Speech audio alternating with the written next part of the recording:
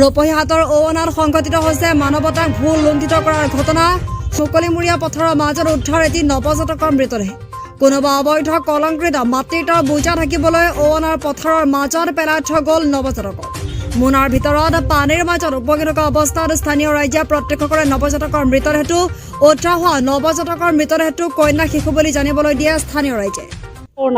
ৰূপহী অৰুণা কি হৈছে? ইয়াত আমি গম পালো, ফোন এটা আহিল, কেঁচুৱা এটা পেলাই থৈছে বুলি কৈছে। তাকে আমি চাব আহিছিলো। এতিয়া নৱজাতক কোন মানুহে কৰিছে, সেইটো বেয়া কাম কৰিছে। এনেকে পেলাই থৈ যাব নালাগে, তেওঁলোকৰ ঘৰতেই থৈ দিব লাগে। তেনেকে পুতি কৰি ইয়াত আনি এখন গাঁও বদনাম কৰিছে, চেষ্টা চলাইছে বদনামৰ। পথাৰৰ মাজত এনেকে পথাৰৰ মাজত তেনেকে পেলাই থৈ গৈছে। সেইটো মোনাৰ ভিতৰত আছে এটা নৱজাতক নে ডাঙৰ হ'ব? নৱজাতক। নৱজাতক। শিশুটো ছোৱালী হয়। আপুনি কেনেকে গম পাইছিলে গোন্ধ ওলাইছে? গোন্ধ ওলাইছে। আজি পেলোৱা নে আগতে পেলোৱা? এইটো আজি নহয়, এইটো কালি মানে পেলাই থৈ গৈছে। মুকলিমূৰীয়া পথাৰ, মুকলিমূৰীয়া পথাৰ, পানী আছে কেউ চাইডে, তাৰ মাজতে পেলাই থৈ গৈছে। ইয়াত কোনো ঘৰ বাৰী নাই? ঘৰ বাৰী নাই। সেইটো সুযোগতে কোনোবা পুখুৰী চুখুৰী আছে, সেইটো মানুহ নাই সেইকাৰণে।